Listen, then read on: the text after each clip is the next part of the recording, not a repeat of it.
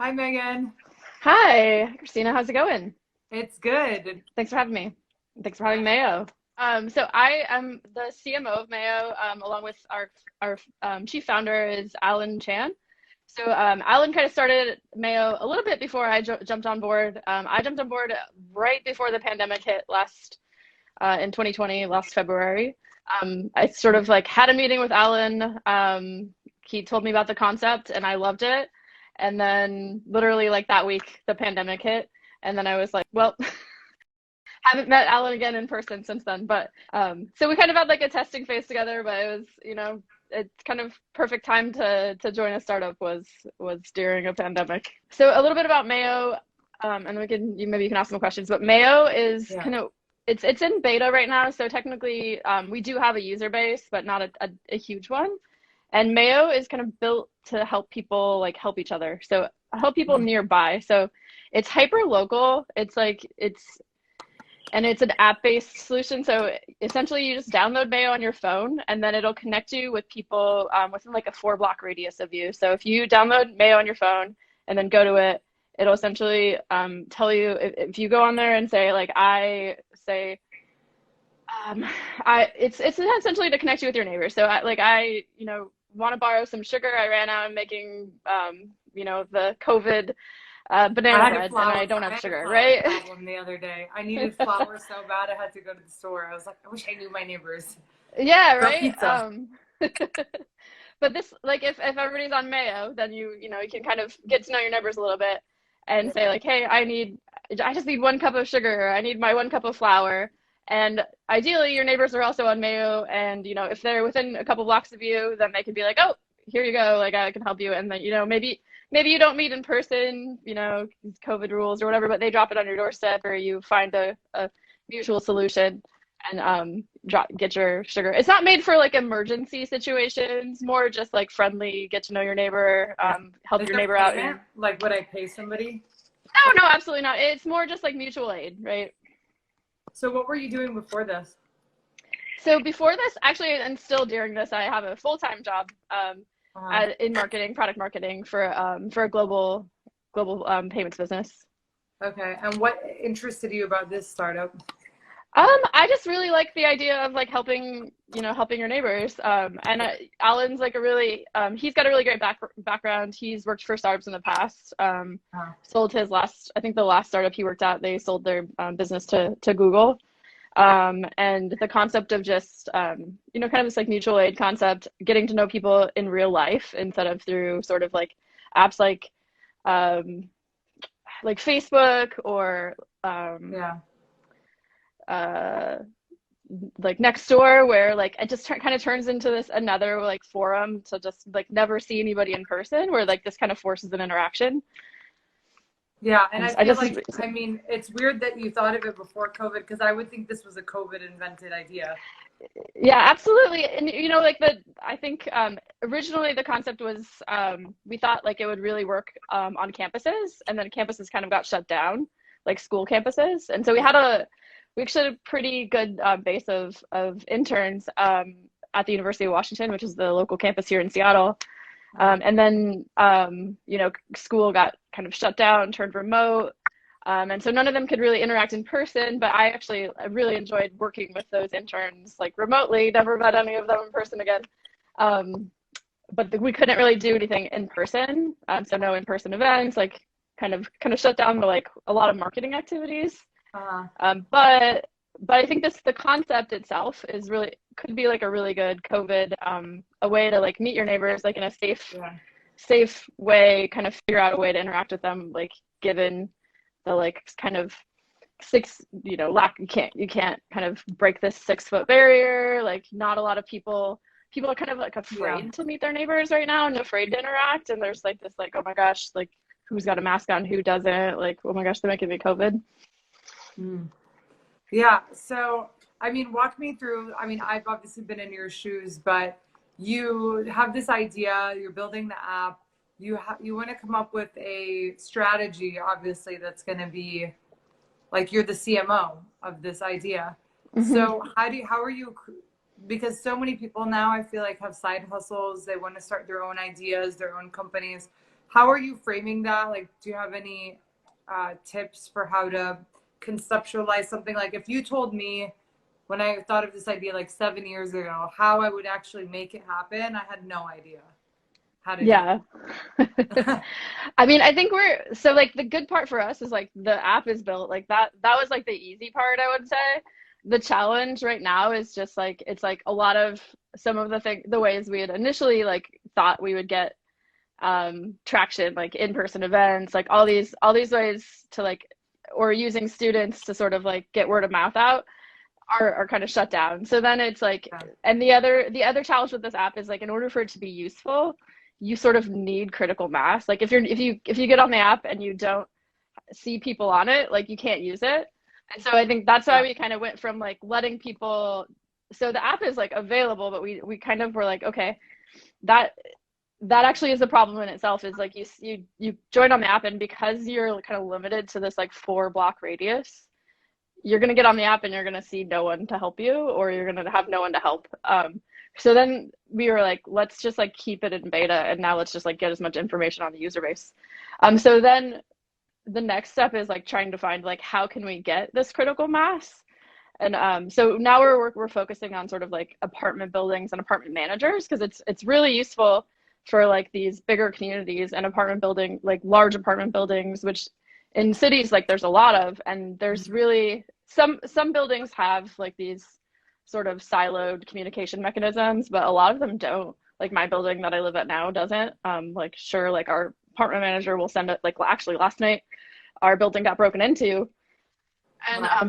sure, like our manager sends us like one-off email, but there's no way to like actually. I don't know who my neighbors are. Like there's no way to connect with them. Like it's every interaction is just like a one-way street.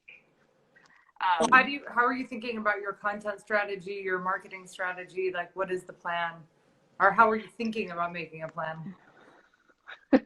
Yeah, so I think it's finding so yeah, it's finding another so instead of like kind of blasting like this just like huge radius, I think it's just focusing in on how do we find like it's a part like apartment buildings like find apartment managers and then use them as a resource to then get their buildings on board and then like it's like start smaller, right? So use the people who can then like what's the incentive for them? Like the incentive for them, it's like another benefit for their building and another way for them to sort of like communicate in a more interactive way. And so like a sort of it's kind of like a more of an ABM approach than a all out like blast the entire like city of Seattle or the entire city like because that we tried that strategy and it wasn't exactly working and then we kind of hit that same wall of like people would get on the app and see no one. And so so this way we can kind of use them not only to help us build a user base, but also to be like kind of these initial testers. Yeah.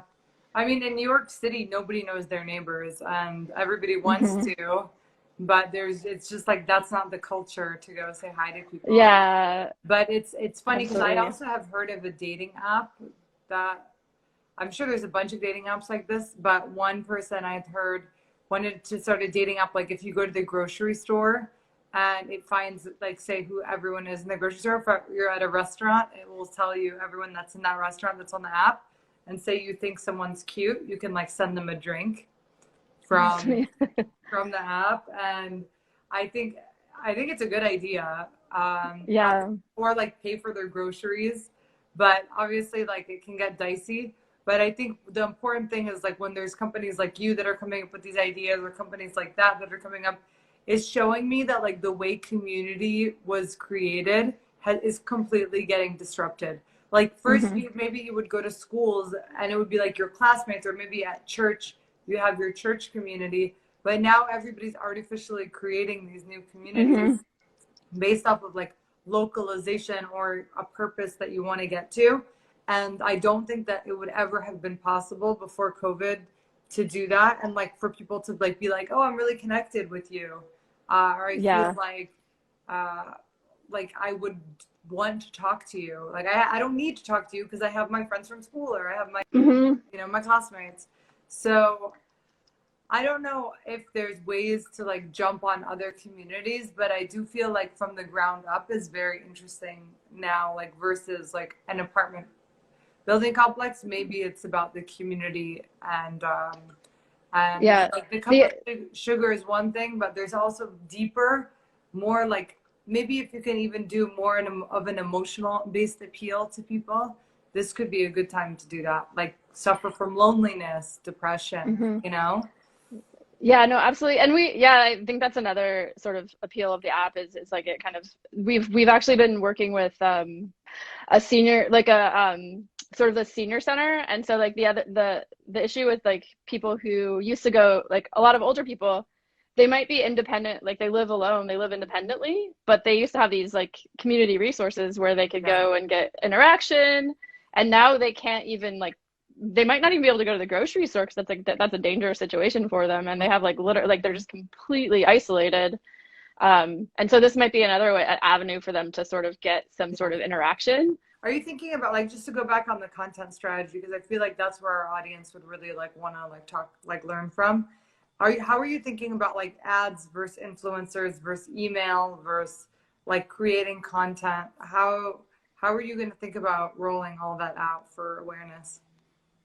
So I think we're very early stages, and so that's like figuring out like, is the senior center like one of the, is that a Yeah. good avenue for us? And then yeah, I think like I just don't think, I think we need to, we're still in sort of like these early models where we want to like find some early tests, like so it's like doing more ABM approach of like finding like senior centers, and instead of like rolling out ads is maybe just like finding the contest and doing like email strategy at them.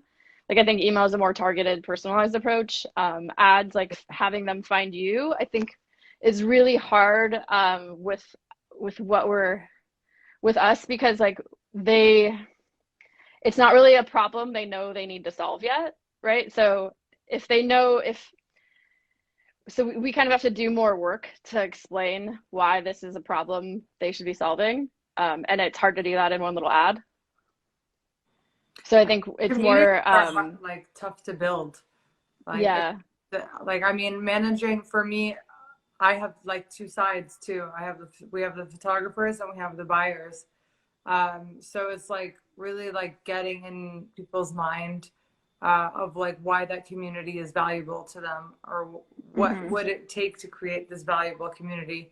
I think for your app is a challenge to see where you can fit in into that landscape and grow that, even if it's just one city that you can make an impact on. Yeah, we've been starting city, like just with one city. Like so we've been starting in, we're both based, me and Alan, the co-founder, are both based in Seattle. So we've definitely been narrowing our focus in on Seattle, and then like trying to like look at certain industries to see where we can kind of get in on that. Like so senior centers, we've been working with that, senior centers, and then apartment buildings, like apartment managers.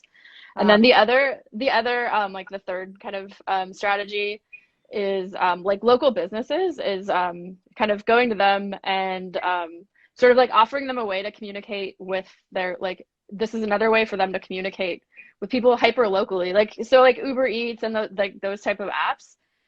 You can sure you can like put a special, or you can like, that's a way for people to find you. But how do you then find people who, like, if say you're a bakery and you like over you have way too many croissants and it's like, you're about to close, you can either just like toss those out, give them to like the shelter or whatever, but you're probably like have really slim margins right now, and you're like risking like going out of business pretty soon, just given the environment. So like one thought, I mean, so working with these local businesses and giving them an avenue um, to communicate to the people who live like directly around them, and sort of like those are going to be your most loyal customers, what and they're also about the people who can. bartering? Like, what about like if I have croissants and I have I don't know, eggs, we could like exchange them or something. Have you thought about doing Yeah. a barter system? Because I feel like now, again, with this is something COVID has changed, is that people are exchanging goods instead of cash. Yeah, I mean, I think our platform definitely allows for that communication on there, so I think that we could definitely explore that, and give Yeah. businesses and people an opportunity to do that. like it's really just like a communication application, right? It's Yeah. like you can do whatever you want on it, right? It What can compelled you the most to like join or this idea?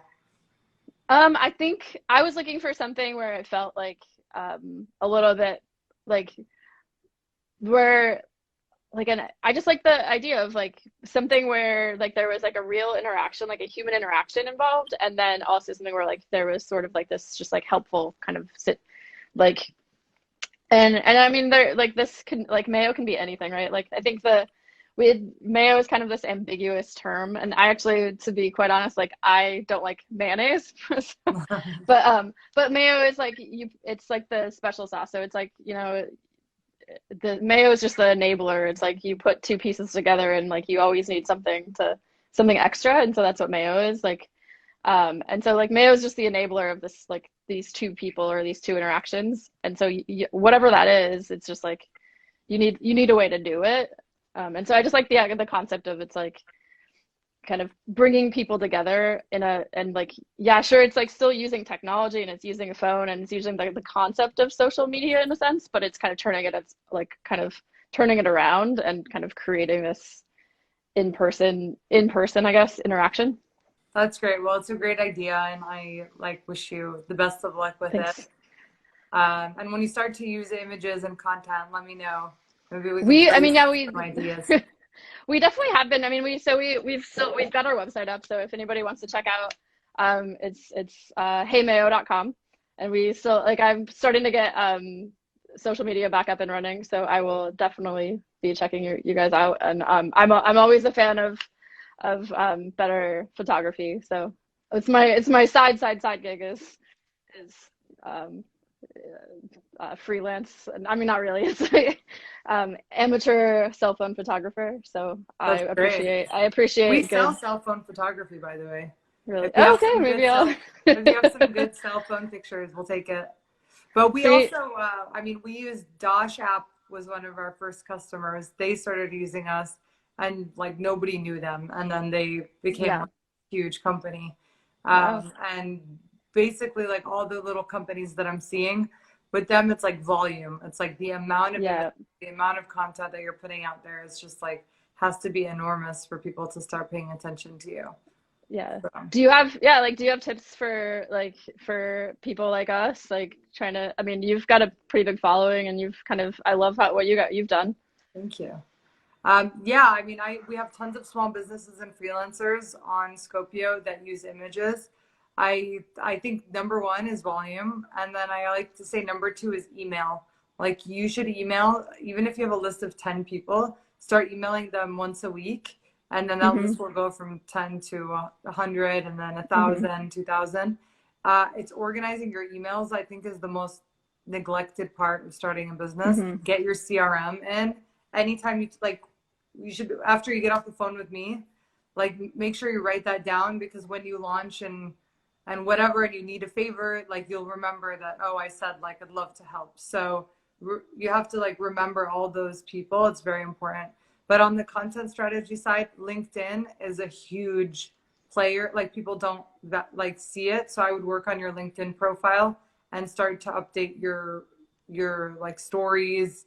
Take people along Mm-hmm. your journey with you, like as you discover things or as you're trying, like say you want to try nursing home elderly care facilities. I would say like on LinkedIn, we had 3 conversations with elderly care facilities. This is what they said about what their problems are. And then people will start to say, oh, like I know somebody at this elderly care facility or whatever. So you can Mm-hmm. start, or like my friend has an audio company for elderly care facilities. Then you start to talk to more people. So I think you need to get like hundreds of conversations going, but summarize information in a short way. And I would just put that on social media with a photo that you have. Even if you think it's like not whatever, but you could take one quote from your meeting and just keep kind of publishing that. Um, That's really great because I think we tend to we focus so much on like the doing of like things we forget to kind of bring people on the journey with us. It's like, hey, like these, everybody we're like, we're a startup, we're new, we're like, we're kind of bootstrapping this thing. So yeah. it's like we forget that everybody's here with us. So like, that's a good idea is like bring people on the journey so people are willing to Also, help. blog SEO, like when you're writing on your blog, for me, my articles now that are bringing me the most traffic, we wrote 5 years ago. Like, so No. it actually takes you that long of a time period for those articles to start getting popular on Google. So even though we're doing volumes now, the highest traffic generators are like the stupid article that we thought to write. If I knew that, I would have literally spent all of my marketing efforts on my blog, pulling in all my content there, and social media. Like you should always start from day one, on so because it's only going to get harder and harder as you wait. Hmm. And then also, if I were you, I would just start messaging people that you think are important in your space and just to introduce yourself or email them, introduce yourself. I use a tool called, I've always, like, my first thing I ever bought was a tool called like reply.io, and it helps you with your emails, like personal emails Hmm. sending, and it's cheap. So I would like always choose these cheap products that you can use. But you want to make sure that hundreds of conversations are going at once. Like, don't go a week without like either DMing a bunch of people or emailing a bunch of people or putting it on LinkedIn and talking to random people. Like, the amount of favors that you're going to need is the issue. And I know that your business partner already has connections, but this is probably a whole new space for you. And they don't need to be popular people. They just need to be people that are relevant to Hmm. whatever you're trying to do. And once people start saying no to you, like if you go to 10 apartment buildings and they're all like no, kind of switch. Like Hmm. don't do 100 of those buildings. Um, that's what I would do if I Yeah, were that you. makes a lot of sense. That's really helpful. Thank you. Also, you might end up hitting another market that you don't know about. Like somebody's messaging from Pakistan. This could be like the best thing in Pakistan ever. I know, right? Actually, we actually have we have like a few users, actually more than a few in like India and Pakistan. So, Cool. Well, if I think of anything else, I'll let you know. But community is king. So, like, start mhm. trying to work on it, even if you're, again, just DMing people all day long. Yeah, that was thanks for all the tips. Very appreciated. Of course. And yeah, and I hope like one day we'll see a beautiful feed with all Scopio photos. Yes, we will use Scopio when we. Awesome. We'll have a great weekend. And thanks again for jumping. Yeah, thanks. Yeah, thanks so much for having us and finding us. Of Appreciate it. course. Yeah. Good luck. Okay. All right. Bye, Megan.